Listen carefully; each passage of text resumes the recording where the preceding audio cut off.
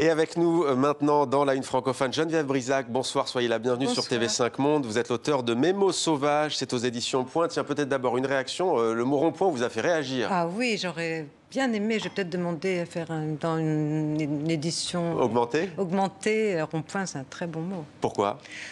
Parce que c'est un mot très d'aujourd'hui. On a à la fois cette circulation, le blocage, l'invention des ronds-points il y a 20 ans. On tourne en rond aussi peut-être, on tourne en rond, de part et d'autre. Oui. Alors votre livre est c'était le lieu où on a élevé des cabanes, du coup c'est vrai. Alors c'est un inventeur très énergique et subjectif, disons-le. Pourquoi sauvage d'abord ?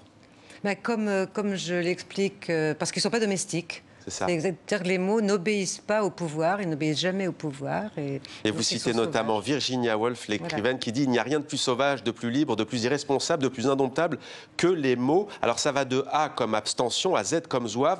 Prenons un mot en vogue, c'est un peu lié à ce qu'on vient de voir. Les gilets jaunes ne vont pas apprécier le mot parce que souvent il est utilisé pour dénigrer un mouvement, c'est le mot populisme. Au contraire, ils vont l'apprécier. Qu'évoque ce mot pour vous ? Comme je le raconte, il évoque quelque chose il évoque d'abord ma mère qui aimait les chansons populistes. Et chez nous, on chantait des chansons populistes. On disait le popu d'ailleurs. Le popu, voilà, exactement.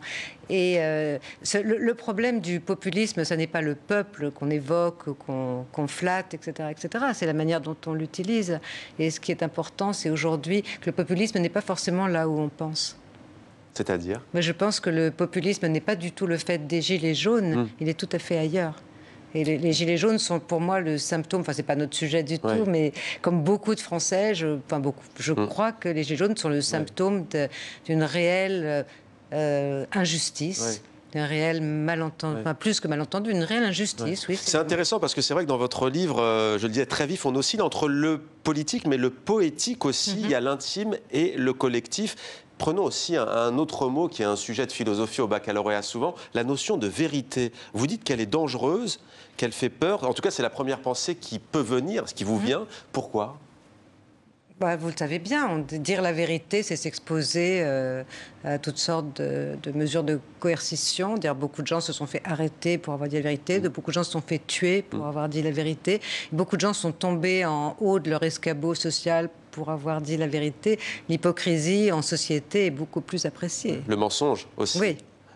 Alors, devoir aussi, on a tendance à l'oublier, vous nous le rappelez, c'est le contraire de avoir.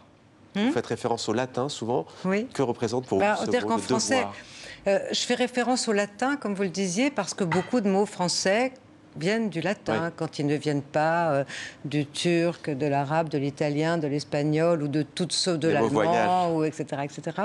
Et donc le devoir, c'est ce qu'on doit, et donc il s'oppose à l'avoir qui est ce qu'on a. Debere est non habere, locution latine. Alors, nombre de ces mots sauvages sont ceux, en fait, que vous n'aimez pas, vous leur en substituez d'autres, vous vous en méfiez.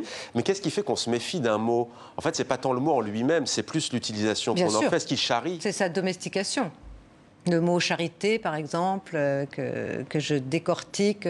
Et donc, je cite Lao Tzu. Il y a une histoire de Lao Tzu que j'aime beaucoup. La charité consiste à donner à un homme du poisson. Mais après, qu'est-ce qu'il pourra en faire ? Il mourra. La fraternité consiste à lui apprendre à pêcher.